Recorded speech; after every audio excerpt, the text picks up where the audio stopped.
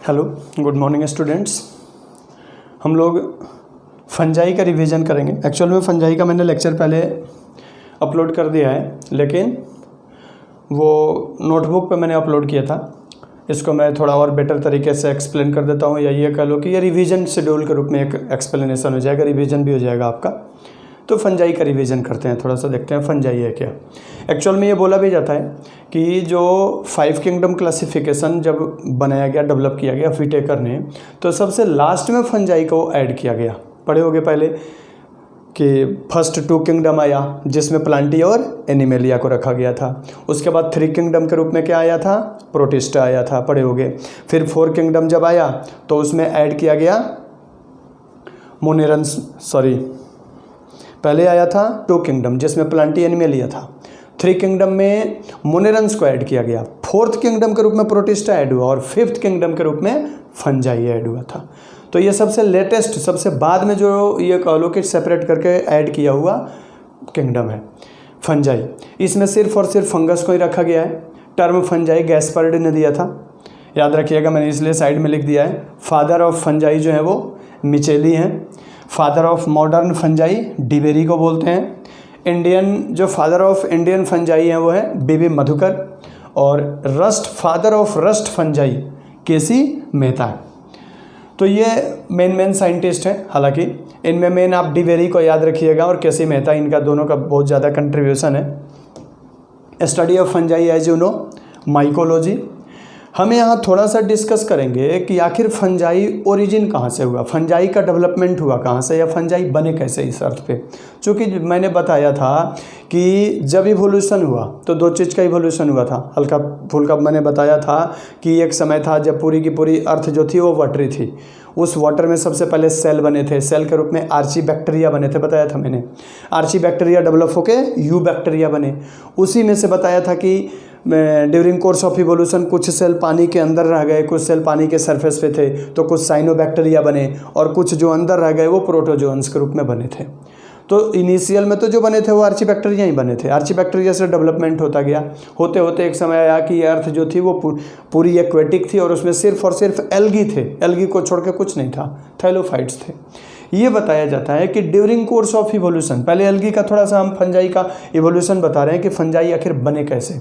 ये बोलते हैं कि एक समय था कि पूरी अर्थ पे क्या थे, एल्गी थी, यानी कि पूरी अर्थ एक्वेटिक थी, वाटरी थी, और सिर्फ उसमें क्या थे, एल्गी थे। और वो एल्गी कैसे थे, फिलामेंटस थे। फिलामेंटस में कैसे थे, सेप्टेट थे, उनके भी बीच में सेप्टा पाया जाता था। तो ये इस तरह से एल्गी थे और यूनिन्यूक्लिएट थे। ये बोलते हैं इसको सेप्टेट एंड यूनिन्यूक्लिएट एल्गी। ये कैसे थे, तो सेप्टेट एंड यूनिन्यूक्लिएट एल्गी थे ये। ड्यूरिंग कोर्स ऑफ इवोल्यूशन ये माना जाता है कि इवोल्यूशन जैसे जैसे होता गया, तो ड्यूरिंग कोर्स ऑफ इवोल्यूशन हुआ क्या कि इसके सेप्टा धीरे धीरे डिजॉल्व हो गए। सेप्टा डिजॉल्व होने का अर्थ ये हो गया कि इसके सेप्टा जो थे वो क्या हो गए।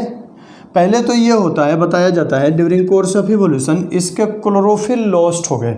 ये बोलते हैं कि ड्यूरिंग कोर्स ऑफ इवोल्यूशन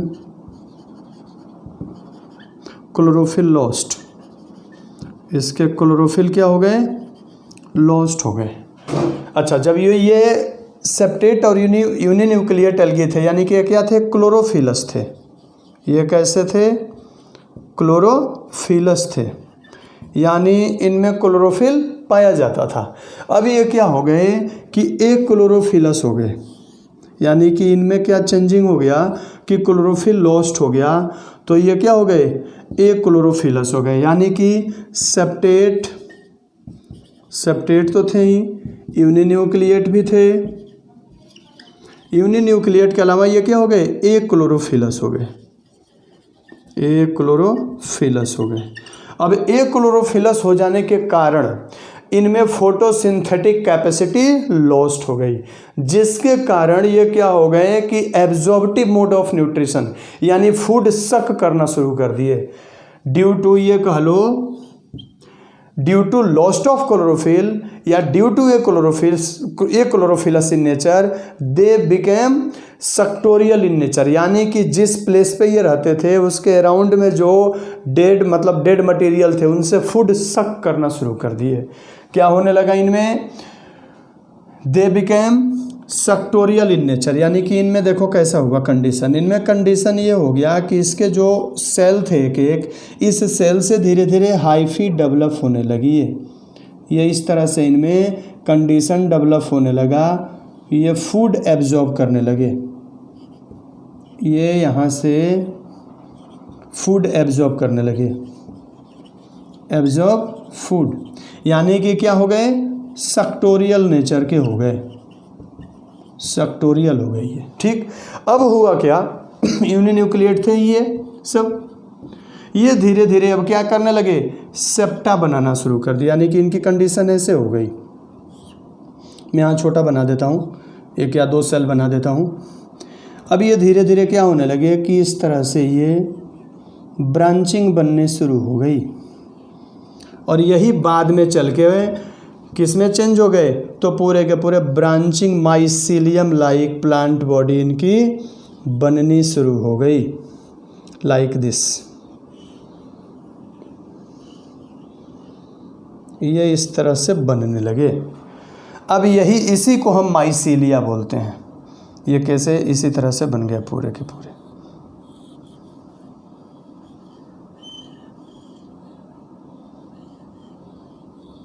इस तरह से ये बन गए और इसी को हम माइसीलिया बोलते हैं।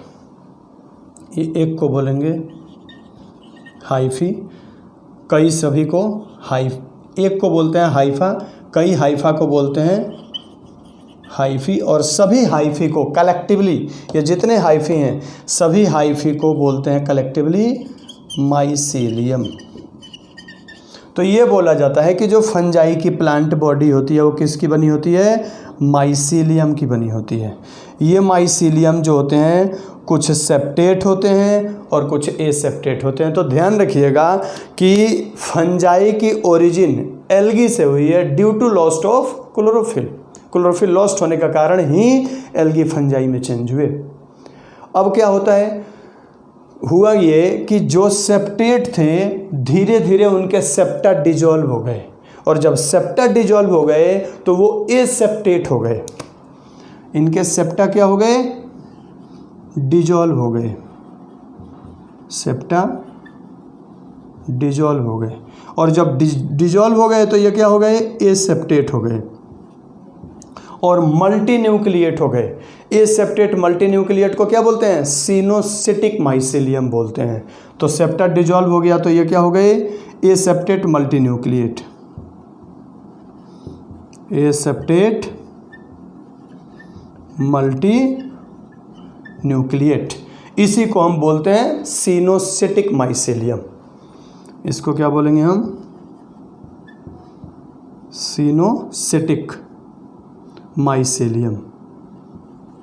तो ये ध्यान रखिएगा कि फंजाई की ओरिजिन एल्गी से हुई है due to lost of chlorophyll.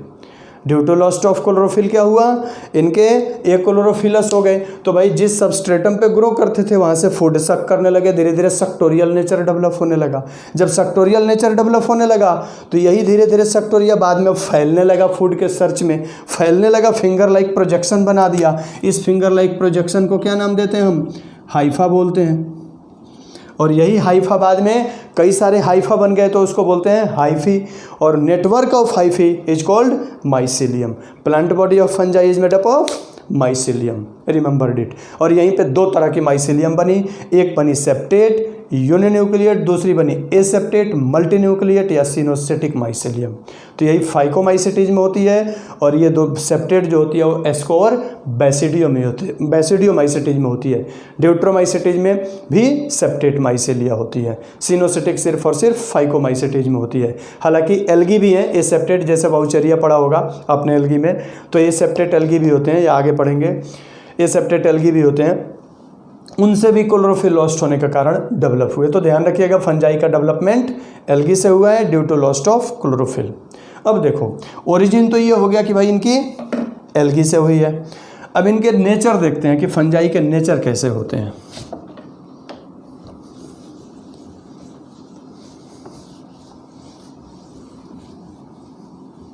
Actual में फंजाई की जो प्लांट बॉडी होती है वो दो तरह की होती है। कुछ फंजाई यूनिसेलुलर होते हैं और कुछ फंजाई मल्टी सेलुलर होते हैं।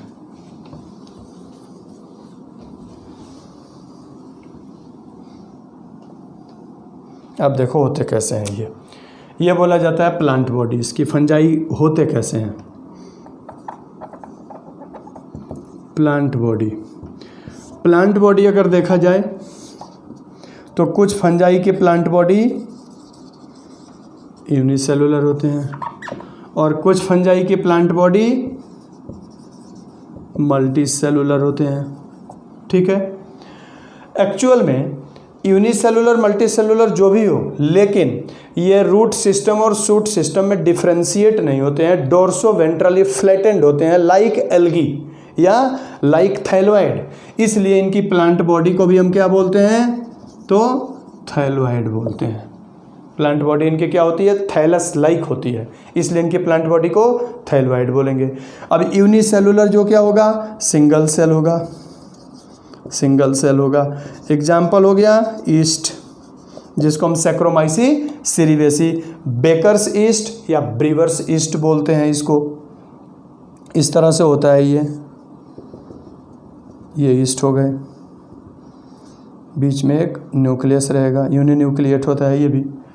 मल्टी सेलुलर जो होते हैं ये दो तरह के, मल्टी सेलुलर जो होते हैं ये कैसे होते हैं, तो फिलामेंटस होते हैं और दो तरह के होते हैं। मल्टी सेलुलर कैसे होते हैं, तो फिलामेंटस होते हैं। अब ये फिलामेंट दो तरह का होता है, देखो कैसा होता है। फिलामेंट जो होता है एक होगा एसेप्टेट और मल्टी न्यूक्लिएट। फिलामेंट कैसा होगा, एसेप्टेट और कैसा होगा, मल्टी न्यूक्लिएट। एसेप्टेट मल्टी, इधर लिख देता हूँ multi nucleate, aseptate multi nucleate. इसको बोलते हैं हम सिनोसिटिक माइसीलियम। इस तरह से होती है।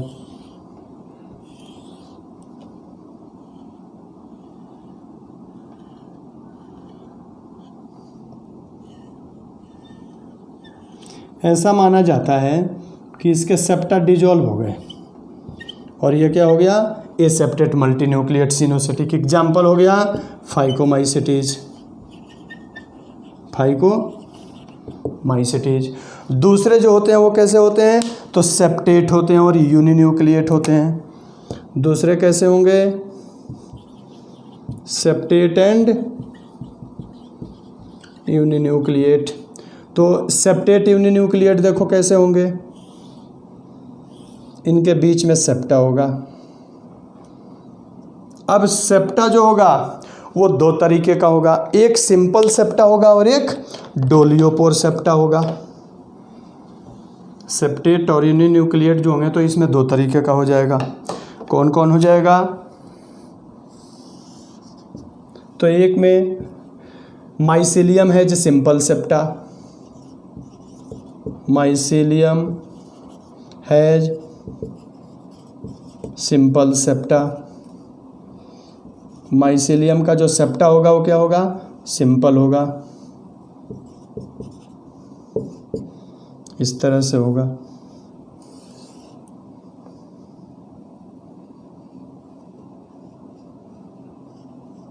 और दूसरा जो होता है माइसीलियम हैज डोलियोपोर सेप्टा। ये कंडीशन है, माइसीलियम में ये क्या होगा, सिंपल पोर सेप्टा होगा, सिंपल सेप्टा होगा। और दूसरी माइसीलियम में क्या होगा, डोलियोपोर सेप्टा होगा, डोलियोपोर सेप्टा होगा। तो जो डोलियोपोर सेप्टा होगा वो देखो कैसा होगा। सिंपल सेप्टा जो होता है ये होता है एस्कोमाइसिटीज में। सिंपल सेप्टा जो होता है ये किस में होगा, एस्कोमाइसिटीज में। और जो डोलियोपोर सेप्टा होगा वो होगा बैसिडियोमाइसेटीज में। बैसिडियोमाइसेटीज में डोलियोपोर सेप्टा होगा कैसा, ये देख लो। यहाँ मैं बना देता हूँ डोलियोपोर सेप्टा, इस तरह से होता है डोलियोपोर सेप्टा।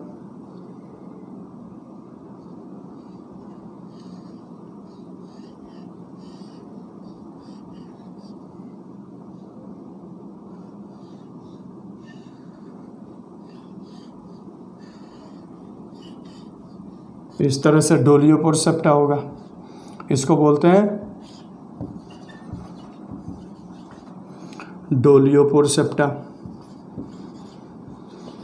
तो ध्यान रखिए कि फिलामेंटस जो होते हैं वो दो तरीके के होंगे, या तो सिनोसेटिक माइसिलियम होगा या तो सेप्टेट और यूनिन्यूक्लिएट होगा, तो वो दो तरीके का होगा।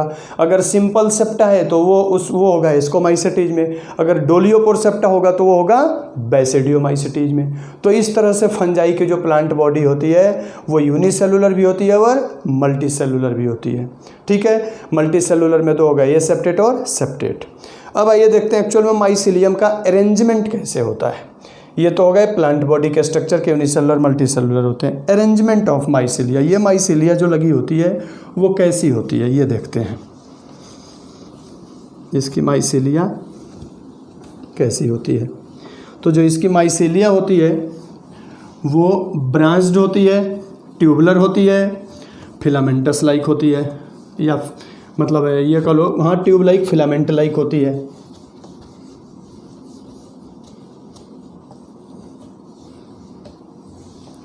अब माइसिलिया देखते हैं कैसी होती है। होती क्या है माइसिलिया, देख लो। कुछ माइसिलिया प्रोस्ट्रेट होती है और कुछ माइसिलिया इरेक्ट होती है। अब देखो होती कैसी है, जैसे माइसिलिया क्या होगी कि इस तरह से हो जाएगी, ये ट्यूबुलर लाइक हो जाती है। ये माइसिलिया जो होती है इसका कोई फिक्स ये नहीं होता है कि ऐसी ही होगी। कई बार ये माइसिलिया इंटरओवन हो जाती है, आपस में इस तरह से उलझ जाती है कि देखने में कुछ इरेक्ट हो जाती है और इरेक्ट होकर के इस तरह से स्ट्रक्चर बना लेती है, और इस स्ट्रक्चर को हम बोलते हैं फ्रूटिंग बॉडी। इसी के ऊपर ये स्पोर्स बनेंगे, ये पूरा का पूरा स्पोर्स बन जाएगा। तो नीचे वाले को बोलेंगे प्रोस्टेट सिस्टम और ऊपर वाले को बोलते हैं इरेक्ट सिस्टम। तो माइसिलिया में दो सिस्टम डेवलप हो जाते हैं, एक इरेक्ट सिस्टम और एक प्रोस्टेट सिस्टम। अब होगा क्या कि जो इरेक्ट सिस्टम, कुछ माइसिलिया जो अपग्रेड हो जाती है, ऊपर हो जाती है और ऊपर ये एक सैक लाइक स्ट्रक्चर बनाती है, इसको बोलते हैं एस्पोरेंजियोफोर। एस्पोरेंजियोफोर इसको बोलेंगे एस्पोरेंजियम। अंदर जो बने हैं उसको बोलते हैं एस्पोर्स। ये एक को बोलेंगे हाइफा और कई हाइफा को बोलेंगे हाइफी, और पूरी हाइफी को बोलते हैं माइसिलियम।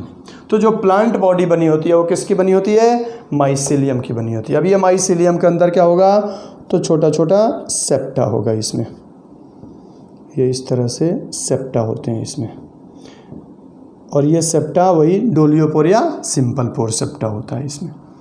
ठीक है, ये माइसिलियम की सेप्टा होती है। सेप्टा से ध्यान रहे, सिर्फ साइटोप्लाज्म और फूड का ट्रांसपोर्टेशन होता है, न्यूक्लियस का नहीं होता है।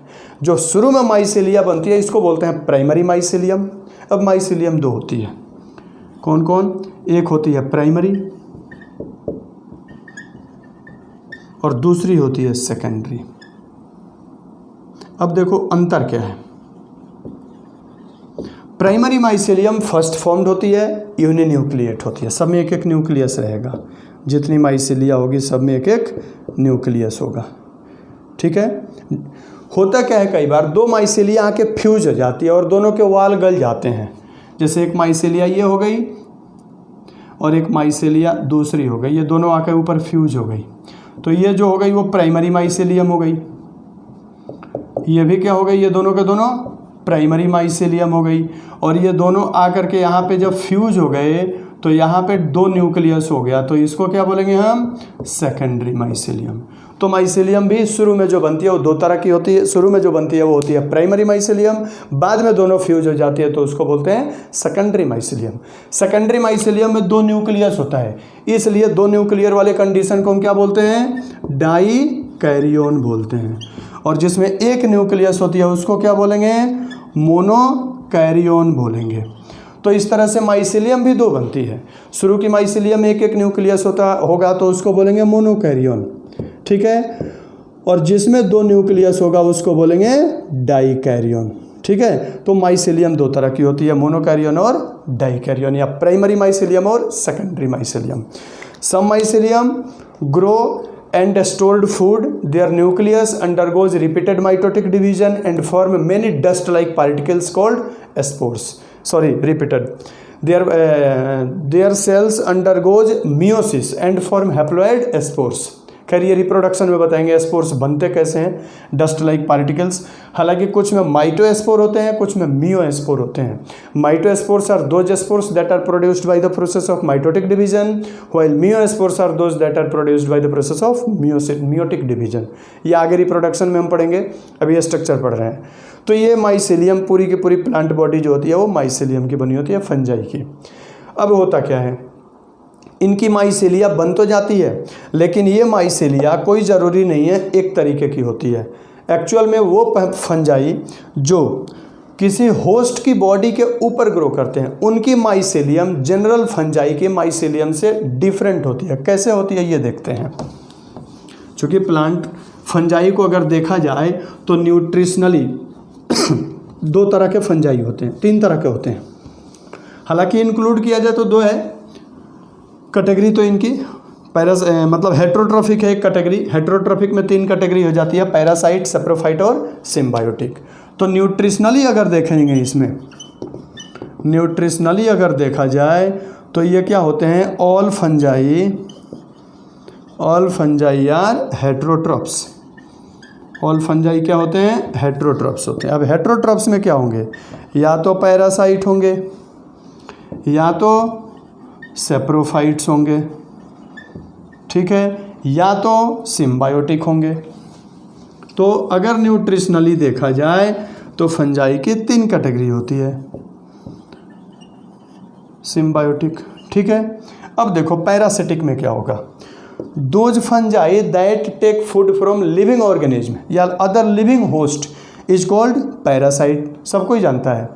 Saprophyte, those fungi that take food from dead and decaying materials are called saprophytes. Symbiotic are those fungi that live with other animal or other plant and beneficial for each other. ये दूसरे किसी plant या animal में रहेंगे, कुछ फायदा देंगे, कुछ फायदा लेंगे। अब होता क्या है, पैरासाइट। पैरासाइट जो होते हैं ये क्या होते, कहाँ से लेते हैं, take food from living host. Clear, ये कहाँ से फूड लेंगे, लिविंग होस्ट से। Take food from dead and decaying materials, ठीक है, मटेरियल्स, उसको अभी डिस्कस करते हैं। अब देखो होता क्या है, इसकी 2 कैटेगरी है, इसकी भी 2 कैटेगरी है। पैरासाइट की 2 कैटेगरी कौन कौन है, तो एक होता है ऑब्लिगेट और दूसरा होता है फैकल्टेटिव। क्लियर। सैप्रोफाइट की भी 2 कैटेगरी है, एक है ऑब्लिगेट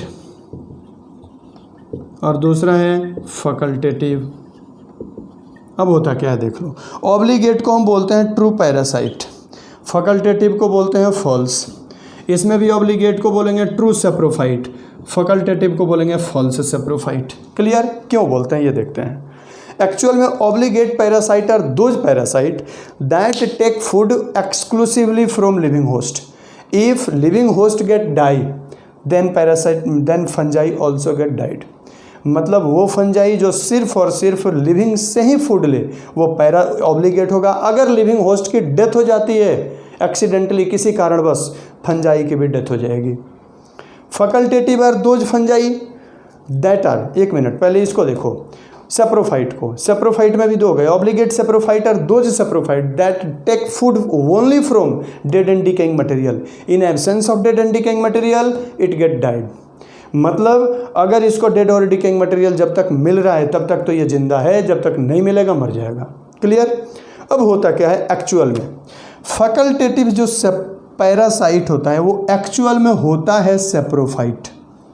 फिर से सुनना ध्यान से, facultative parasites are those parasite that are actually saprophyte but in absence of dead and decaying material it became parasite. मतलब एक्चुअल में ये क्या होता है, सेप्रोफाइट्स होता है, डेड और डिकेइंग मटेरियल से फूड लेता है, किसी कारण बस डेड और डिकेइंग मटेरियल खत्म हो गए तो ये क्या करेगा, लिविंग होस्ट से फूड लेना शुरू कर देगा, तो उसको बोलेंगे हम फैकल्टेटिव पैरासाइट। क्लियर। दूसरा फैकल्टेटिव सेप्रोफाइट की बात करते हैं। एक्चुअल में facultative saprophytes are parasites. Facultative saprophyte क्या होगा एक्चुअल में, पैरासाइट होगा, पैरासाइट हो गया, सेप्रोफाइट हो गया। ठीक है, इसमें ऑब्लिगेट और फैकल्टेटिव, इसमें भी ऑब्लिगेट और फैकल्टेटिव। अब होगा क्या, facultative are actual parasite but in absence of living host they become saprophyte. मतलब फैकल्टेटिव पैरासाइट सबसे खतरनाक होते हैं, जिस होस्ट पे एक बार चले गए तो ये क्या करेगा, जब तक होस्ट जिंदा है तब तक फूड लेगा, जिस दिन मर गया होस्ट को सड़ा के फूड लेगा, लेकिन लेगा जरूर। तो facultative saprophytes are those saprophyte that are actual parasite but in absence of living host they become saprophytes. ये क्या हो जाते हैं, सेप्रोफाइट हो जाते हैं इनके एब्सेंस में। क्लियर। तो इस तरह से इनके न्यूट्रिशन अगर देखा जाए तो दो हो गए, पैरासाइट्स और सेप्रोफाइट्स। तो पैरासाइट्स जो होंगे वो लिविंग से फूड लेंगे और जो सेप्रोफाइट्स होते हैं वो डेड से फूड लेते हैं, डेड और डिकेइंग मटेरियल से फूड लेते हैं। अब बात करते हैं सिम्बायोटिक की। एक्चुअल में हम इसको सिम्बायोटिक नहीं बोलते हैं, उसका नाम है माइकोराइजा। माइकोराइजा, इसको समझाते हैं अलग तरीके से। ये क्लियर हो गया।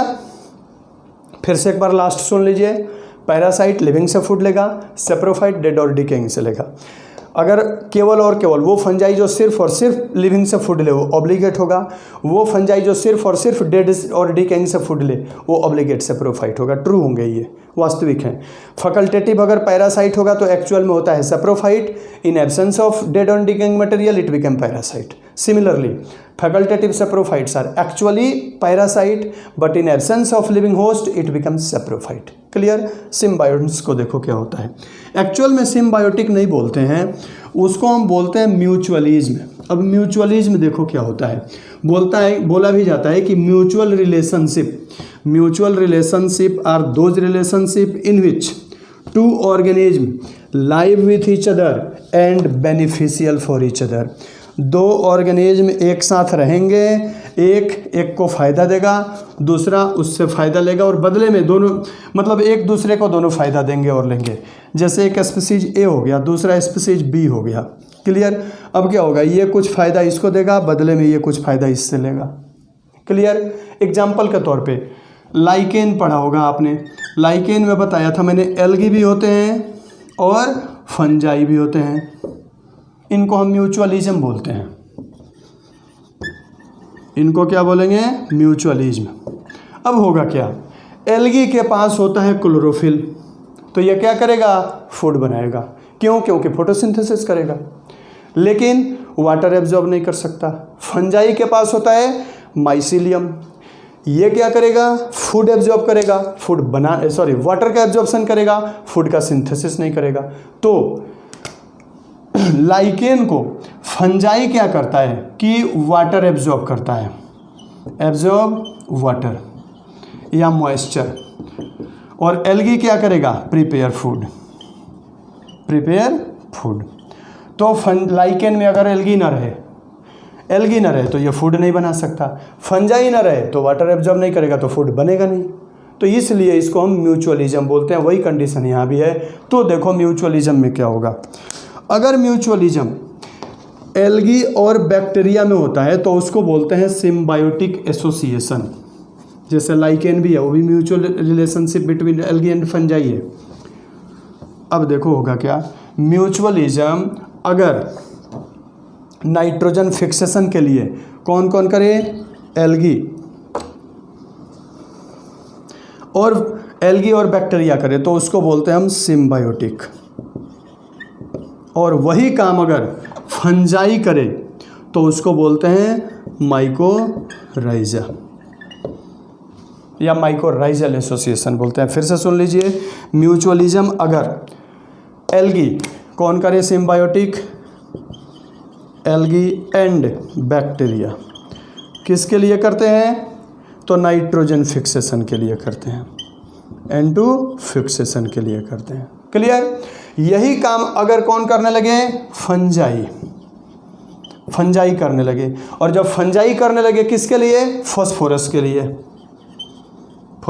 के लिए, तो उस कंडीशन को हम बोलते हैं माइकोराइजा। क्लियर। तो ध्यान रहे, म्यूचुअलिज्म दो तरीके का होता है, सिम्बायोटिक और माइकोराइजल। सिम्बायोटिक होता है वो एल्गी और बैक्टीरिया करते हैं, जैसे आपने पढ़ा होगा ई कोलाई हमारे बॉडी के अंदर इंटेस्टाइन में सिम्बायोटिक बैक्टीरिया के रूप में रहता है। क्लियर। और वही काम अगर फंजाई करने लगे तो उसको बोलते हैं माइकोराइजा। एक चीज़ ध्यान रहे, सिम्बायोटिक जब भी होगा तो बॉडी के अंदर होगा। माइकोराइजा दो तरीके का होता है, अगर बॉडी के ऊपर है, अपर सरफेस पे है, तो उसको बोलते हैं एक्टोमाइकोराइजा। अगर सेल के अंदर है, सेल अगर विद इन द बॉडी है, कोर्टिकल रीजन में है, तो उसको बोलते हैं इंडोट्रोपिक माइकोराइजा। तो दो तरह का माइकोराइजा होता है, एक्टोट्रोपिक माइकोराइजा और एंडोट्रोपिक माइकोराइजा। एग्जाम्पल के तौर पे जो स्पाइनस का रूट होता है, पाइनस की रूट के ऊपर ये एक्टोट्रोपिक माइकोराइजा के रूप में इस तरह से ग्रो करते हैं। ये पूरे के पूरे इसके ऊपर एक्टोट्रोपिक माइकोराइजा होता है। तो जब प्लांट बॉडी की सरफेस पे हो तो उसको बोलेंगे एक्टोट्रोपिक। अगर इसके से मतलब प्लांट बॉडी के अंदर उसके कॉर्टेक्स में, उसके एंडोडर्मल रीजन में या कॉर्टिकल रीजन में हो तो उसको बोलते हैं इंडोट्रोपिक माइकोराइजा। एक्टोट्रोपिक माइकोराइजा पाइनस की रूट में होता है। ठीक है। एंडोट्रोपिक माइकोराइजा कुछ जिम्नोस्पर्मिक स्पीसीज में होता है, जिम्नोस्पर्म पढ़ाएंगे तो उसका डिस्कशन करेंगे एंडोट्रोपिक एक्टोट्रोपिक का फिर से। तो ये दोनों के दोनों दो तरह के माइकोराइजल एसोसिएशन होते हैं, एक एक्टोट्रोपिक, दूसरे इंडोट्रोपिक माइकोराइजा। तो ये म्यूचुअलिज्म था। तो न्यूट्रिशनली फंजाई तीन तरह के हो गए, पैरासाइट्स, सप्रोफाइट्स, सिम्बायोटिक। लेकिन पैरासाइट में भी दो था, फैकल्टेटिव ऑब्लिगेट, सप्रोफाइट में भी दो था, फैकल्टेटिव ऑब्लिगेट। तो इस तरह से देखा जाए तो फंजाई न्यूट्रिशनली बहुत वाइड रेंज ऑफ एडेप्टेबिलिटी होती है। प्लांट बॉडी में भी बहुत वाइड रेंज ऑफ एडेप्टेबिलिटी है, कुछ यूनिसेलुलर है, कुछ मल्टी सेलुलर है, कुछ फिलामेंटस है। तो इसीलिए बोला जाता है कि फंजाई एक ऐसा किंगडम है जिसमें सबसे ज़्यादा डाइवर्सिफिकेशन है। Diversification in the sense that सबसे ज़्यादा डाइवर्स मिलेंगे। ये न्यूट्रिशनली देख लो, एडेप्टिव देख लो, सेल स्ट्रक्चर देख लो, कई तरीके के ये मिलते हैं। प्लांट बॉडी याद रखिएगा इसका थाइलॉइड होता है। तो ये था फंजाई। हाँ ध्यान रहे, फंजाई का जो सेल वॉल बना होता है वो काइटिन का बना होता है। एक्सेप्शनली ऊमाइसिटीज के मेंबर हैं जिनकी जो सेल वॉल होती है वो सेलुलोज की बनी होती है। इनके स्टोर्ड फूड जो होते हैं वो फैट्स और ऑयल होते हैं। स्टोर फूड फैट्स और ऑयल होते हैं। ग्लाइकोजन होते हैं, ग्लाइकोजन एंड ऑयल होते हैं, fat sorry glycogen and oil होते हैं। क्लियर। और स्टोर्ड फूड हो गए। सेल वॉल बता दिया कि एक चीज़ याद रखिएगा, सेल वॉल जो काइटिन होता है केमिकली एन एसिटाइल ग्लूकोसामिन होता है, याद रखिएगा इसका। फंगल सेल वॉल जो होता है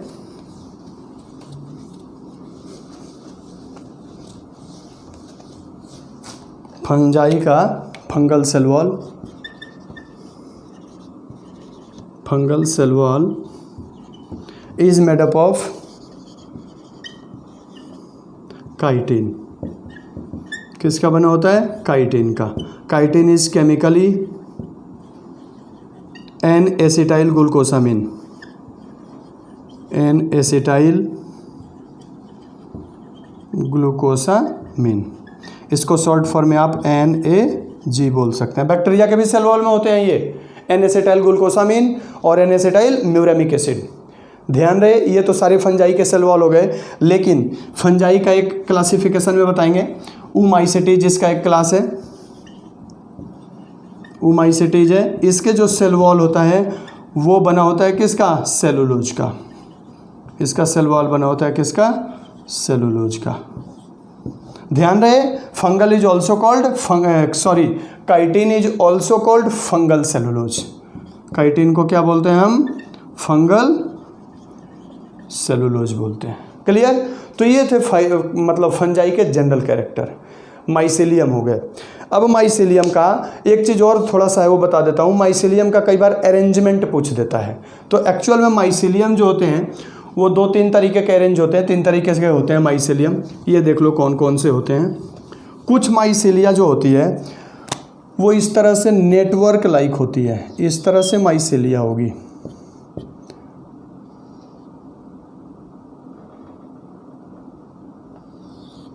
इस तरह से होती है, आपस में एक दूसरे से लगेगा कि उलझे हुए हैं। तो इस तरह के माइसेलिया को ये उलझे हुए रहते हैं, प्लेक्टन काइमा कहते हैं। इस तरह से लगे रहते हैं कि लगेगा कि एक दूसरे से उलझे हुए हैं।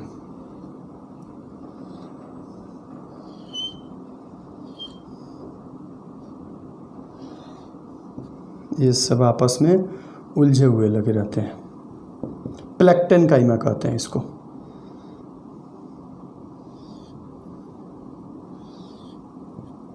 नेटवर्क बना लेंगे, ये एक दूसरे से नेटवर्क बना लेते हैं, प्लेक्टन काइमा कहते हैं। प्लेक्टन काइमा नाम देते हैं। कुछ माइसेलिया ऐसे पैरेलल होते हैं, प्रोजन काइमा, प्रोजन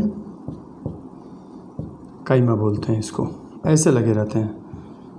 कुछ माइसेलिया ऐसे होते हैं आपस में ऐसे उलझे हुए रहेंगे कि लगेगा कि ये पैरेनकाइमेटस हैं, तो इसलिए इसको स्यूडो पैरेनकाइमा कहते हैं, स्यूडो पैरेनकाइमा बोलते हैं। तो इस तरह से माइसेलिया के अलग अलग फॉर्म होते हैं फंजाई के। क्लियर? ध्यान रहे फंजाई जब भी होगा तो मॉइस्ट कंडीशन में होगा, ड्राई कंडीशन में नहीं होता है। मॉइस्चर जरूरी है, ह्यूमिडिटी जरूरी है, डार्क प्लेस जरूरी है। तो फंजाई ज़्यादातर ह्यूमिड कंडीशन में, डार्क प्लेसेस पे या मॉइस्ट जगह पे पाए जाते हैं। ड्राई लैंड पे ये सर्वाइव नहीं होते हैं। जहाँ बहुत हाई टेम्परेचर होगा सर्वाइव नहीं होंगे, बहुत एक्सट्रीम लो में भी नहीं सर्वाइव होते हैं, मॉडरेट टेम्परेचर चाहिए। बेटर फंजाई की जो ग्रोथ होती है वो 10 to 30 डिग्री सेल्सियस के बीच में होती है। 10 डिग्री से शुरू होगा, 30 डिग्री पे ऑप्टिमम ग्रोथ होता है, फिर 30 से जैसे जैसे बढ़ेंगे 40 के अबव इनका ग्रोथ स्टॉप हो जाता है। क्लियर? तो फंजाई ज़्यादातर ह्यूमिड रीजन में, देखना घर के किनारे कहीं डार्क रीजन में अगर कोई ब्रेड रख दो उस पर फंगस लग जाएगा, लेकिन उसी ब्रेड को धूप में रख दो, छत पे रख दो, सूख जाएगा, उसमें कभी फंगस नहीं लगेगा। ध्यान रहे सबसे ज़्यादा इनकी ग्रोथ रेनी सीजन में होती है, सबसे स्लो ग्रोथ इनकी समर कंडीशन में होती है, उससे हल्का सा स्लो विंटर में होती है, सबसे ज़्यादा रेनी सीजन में होती है। तो ये फंजाई है। हमारे फंजाई सबसे ज़्यादा वैसे लेदर पे उगते हैं, ब्रेड पे, जैम्स में, जेलीज में, पिकल में। बताया भी था पिकल में बैक्टीरिया नहीं लगता क्योंकि उसमें सॉल्ट होता है। बैक्टीरिया अगर लग भी गया तो बैक्टीरिया में एक्जोस्मोसिस हो जाएगा, बैक्टीरिया प्लाज्मोलाइज्ड हो जाएगा, क्योंकि सॉल्ट में NaCl होता है, बाहर का कंडीशन जो कंसंट्रेशन होगा वो हाई होगा, एक्जोस्मोसिस होगा, श्रिंक हो जाएगा। काइटिन जो होता है वो इम्परवियस टू वाटर होता है, ना तो एक्जोस्मोसिस होने देगा ना इंडोस्मोसिस होने देगा, इसलिए पिकल में फंगस उगते हैं ज़्यादातर। पिकल को इसलिए धूप में रखा जाता है ताकि फंगल स्पोर्स डेड हो जाएं या डिस्ट्रॉय हो जाएं, इसलिए पिकल को हम धूप में रख देते हैं। हालांकि जो मार्केट से लेके खरीद के लाते हैं उसमें बहुत ज़्यादा एसिड डाल देते हैं जिसमें फंजाई ग्रोथ नहीं कर पाता है, हालांकि वो हमारी सेहत के लिए ज़्यादा नुकसानदायक होता है। लेकिन घर पे जो पिकल बनाते हैं उसको हम धूप में इसीलिए रखते हैं ताकि फंगस ग्रो ना करे। क्लियर? लेदर के अलावा ये हमारे कई सारे मतलब आर्टिकल्स पे उग जाते हैं। कई ऐसे घर में अगर कहीं मॉइस्चर है उस जगह पे कोई अगर वुडन फर्नीचर है उसमें लग जाते हैं, या क्लॉथ में कई बार ग्रो कर जाते हैं, कॉटन क्लॉथ है, मॉइस्चर है उसमें ग्रो कर जाते हैं, ब्रेड में लग जाएंगे, जेम्स में, जेलीज में, कई भी फूड आइटम पे बहुत तेज़ी से ग्रो करते हैं ये। ठीक है? खासकर जूस हो गए उसमें बहुत फास्ट ग्रो करते हैं। अदरवाइज इनका ग्रोथ प्लास्टिक्स पे नहीं होगा, प्लास्टिक हो गए या पॉलीमर्स हो गए उनमें ये ग्रोथ नहीं कर पाते हैं। तो ये फंजाई के मेन जनरल कैरेक्टर या फंजाई का इंट्रोडक्शन था। नेक्स्ट इसमें बचा है सेल स्ट्रक्चर, उसको नेक्स्ट लेक्चर में अपलोड करते हैं, एक्सप्लेन करते हैं।